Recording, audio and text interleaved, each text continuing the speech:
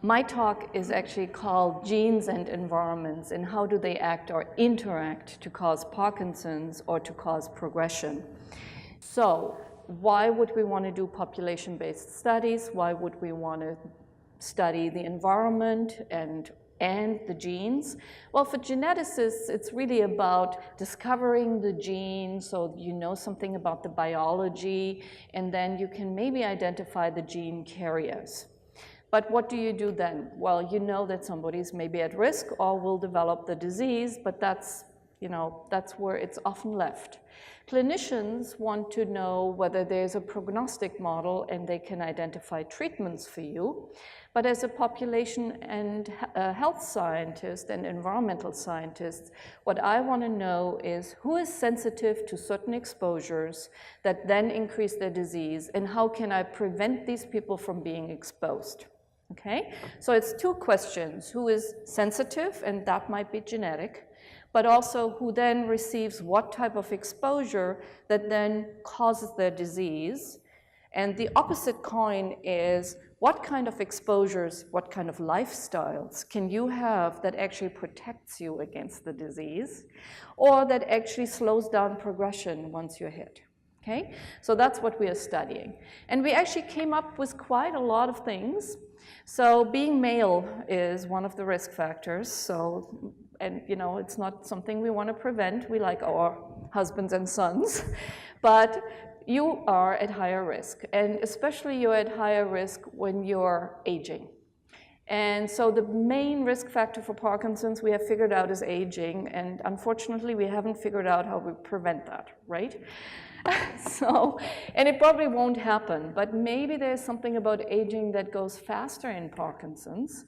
And indeed, now that I have the blood and the saliva of 850 Parkinson's patients that I collected over 20 years in my career, and as many volunteers from the population who did not develop Parkinson's, we were able to look at certain signatures of aging in the blood. They're called methylation signatures. And one of my colleagues at UCLA developed a clock for aging from these signatures. And we were able to show that the immune system of Parkinson's patients is older than that of controls. So something happens with your immune system in the periphery, not in your brain, that actually makes that system age faster. And it points to, okay, maybe there's something that your immune system is fighting or doing that we could intervene at much earlier. So, aging. Family history, we are back to the genetics that might put you at risk. And then what I have been studying a lot are the environmental factors that are pesticides, and I'll tell you that story in a minute. But we also think that maybe metals and solvent exposures contribute, and of course, head trauma. That's all on the risk factor side. But there's also something on the protection side, and we already heard that uric acid might be one of the agents that we are looking towards helping because they're antioxidant, right?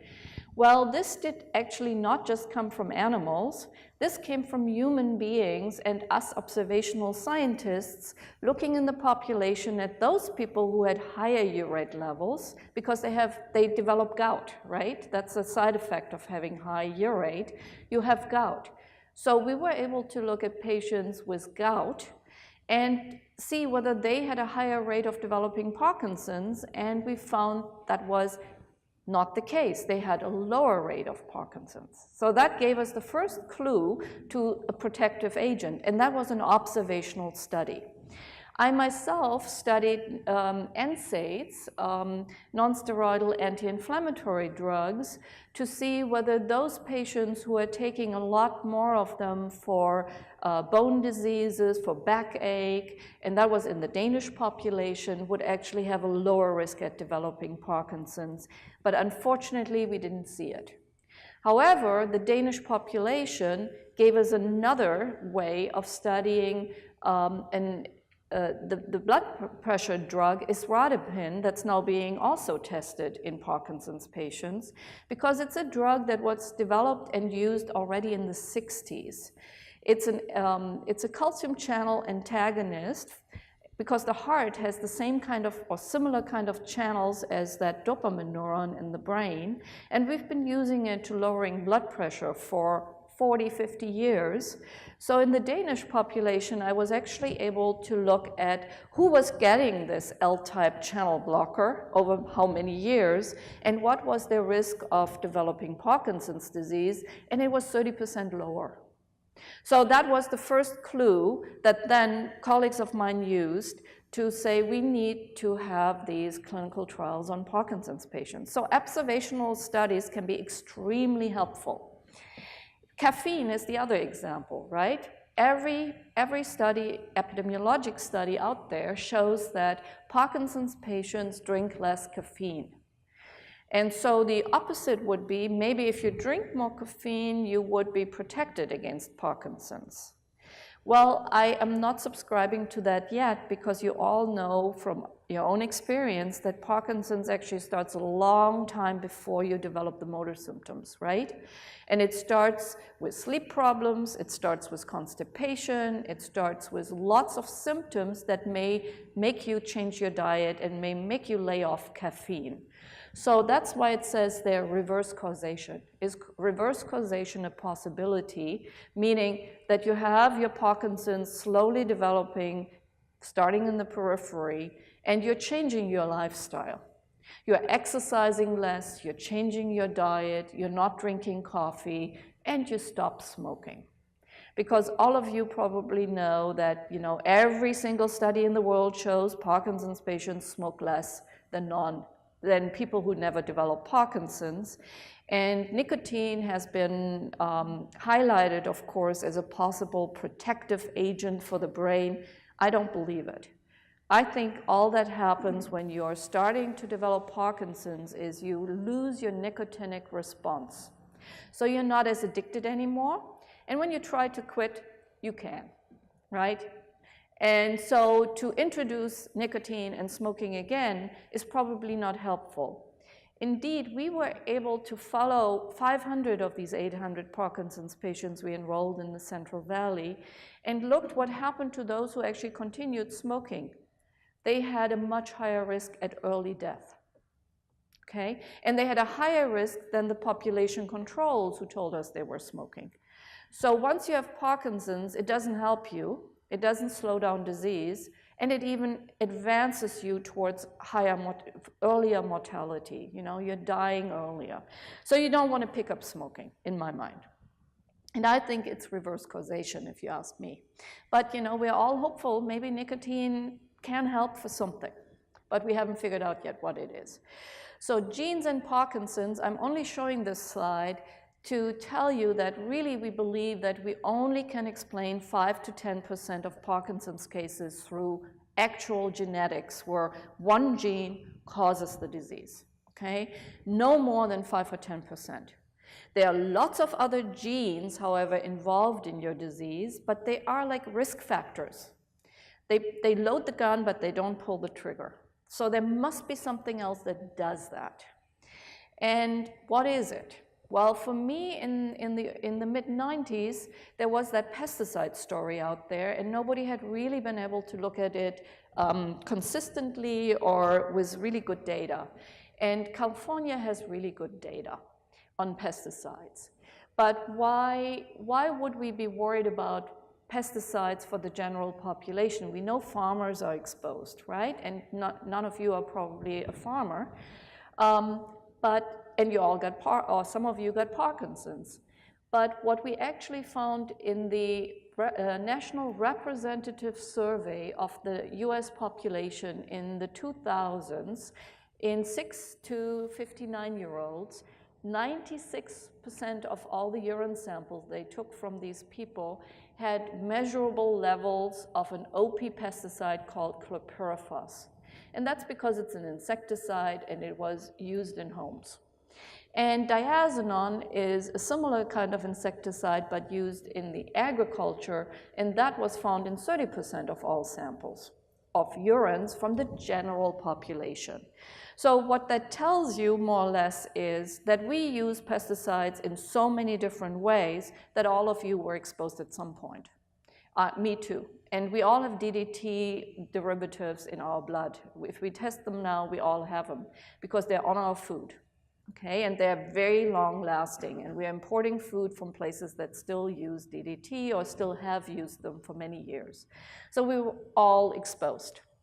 That said, it's really hard to measure pesticides, except that in California, when I targeted the Central Valley counties of Fresno, Tulare, and Kern, there is a system that allows me to measure pesticides, and I show you what that is. So over the years, since 2001, we collected data on 850 Parkinson's patients and controls from the same area. And this is a map of the system that we use. It's called the Pesticide Use Reporting System of California, and it clearly shows you where the pesticides are being used, right? Central Valley, because that's where the agriculture is. And in this case, it's paraquat, which is an herbicide, a widely used herbicide. And what is special about California that no other state has is a pesticide use reporting system. Actually, Arizona is starting one. And so what they do is they ask applicators, including farmers, where they are spraying it, when they are spraying it, how much they are spraying, and on what type of crop. And all of that data is electronically available. So I started mapping these data with my students, and this involved lots and lots of students. So here is an image of farming communities, and you see houses and then fields right next to it.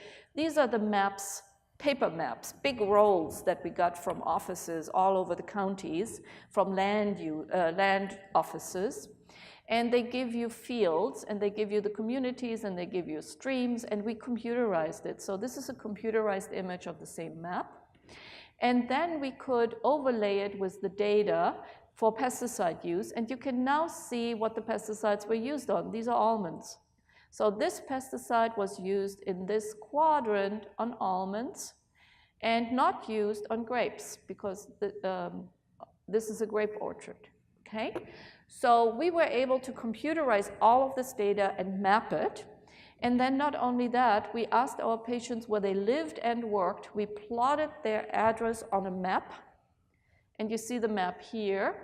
And we drew circles around it, and we now know how much pesticide was applied in the vicinity of like a few hundred meters, which is a quarter of a mile from that home.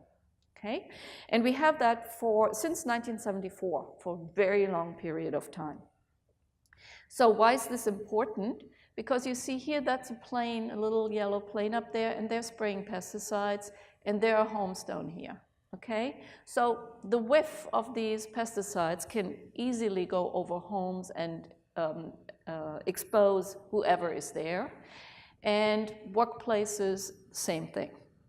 So when we questioned what our colleagues were seeing with mice and rat models, this is a rat, for paraquat and manip, paraquat, that herbicide, manip, a fungicide, where they saw that these animals develop Parkinsonian features, and there's actually now a paraquat model of Parkinson's. We were able to reproduce that with the system of exposure assessment that I just showed you for people in the Central Valley. And you see that here, you see that the risk is 70% increased if that spraying happened in 500 meters or a quarter of a mile from your home over those last 30 years. And this was the first study, by the way, that showed this in humans. And then we said, well, but not everybody who lived near these fields got Parkinson's, right? So what else is there? And this is when colleagues of mine from Washington actually said, well, there is something called the dopamine transporter, DOT, and that dopamine transporter also might be increasing your vulnerability to these agents because they are transporting dopamine, and they may also be transporting this paraquat into the brain. And they figured out which genes are actually determining how fast that transport goes.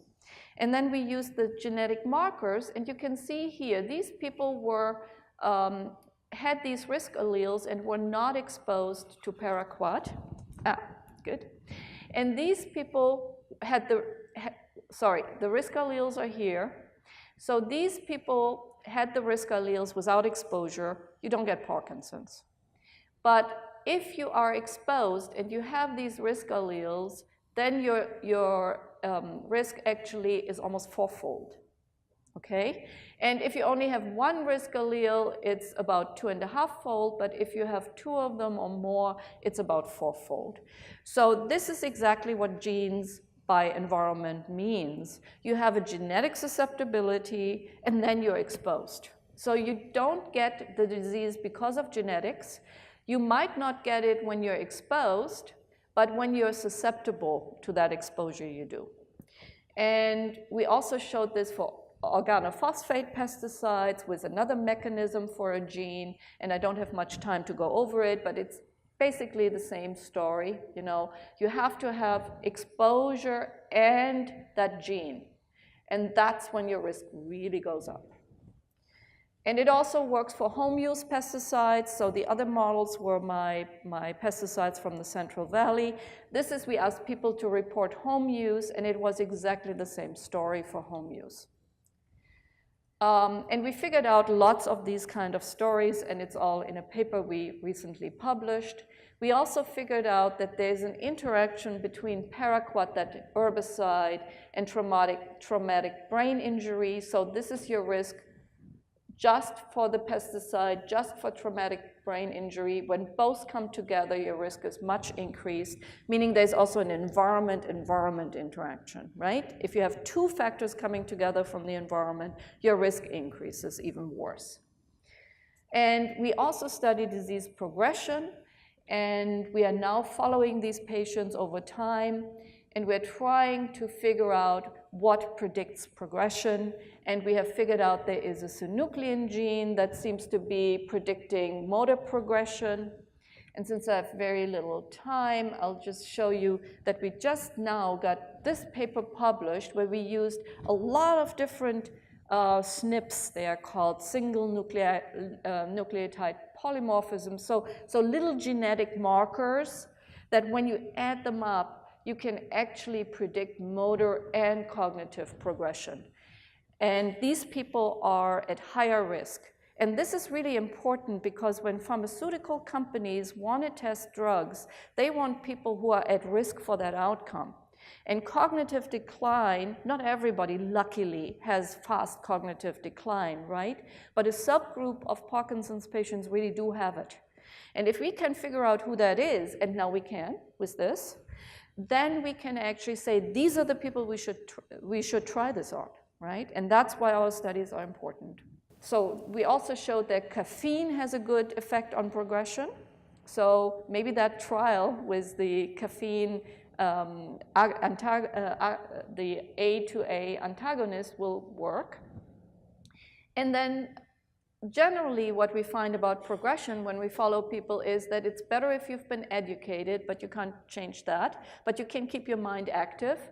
It's better if you can sleep normal lengths. Too much sleep is not good. It's actually good to drink a little bit of your wine or liquor, and definitely exercise helps. So those people who reported having a glass of wine, having a little bit of alcohol, sleeping normal amounts of time, and exercising are doing better over time. And that's observational. We're not doing anything. They're just reporting this to us. So this is a new frontier, and it's my last slide. We would like to find out what microbes do, because one thing we now think happens is that PD might actually start in the gut. It might actually be a disturbance of microbes who are giving you lots and lots of signals to the brain, but also contributing to lots and lots what's going into your bloodstream in terms of toxins, but also other agents that are positive. And so what we hope to do in the future is also study the environment-gut interaction in patients and do these kind of studies in an observational manner to figure out what is happening. And we do all this because we know that we need a strong scientific front story to justify and stimulate intervention and treatment trials, just like my isradipine study in Denmark was. Thank you.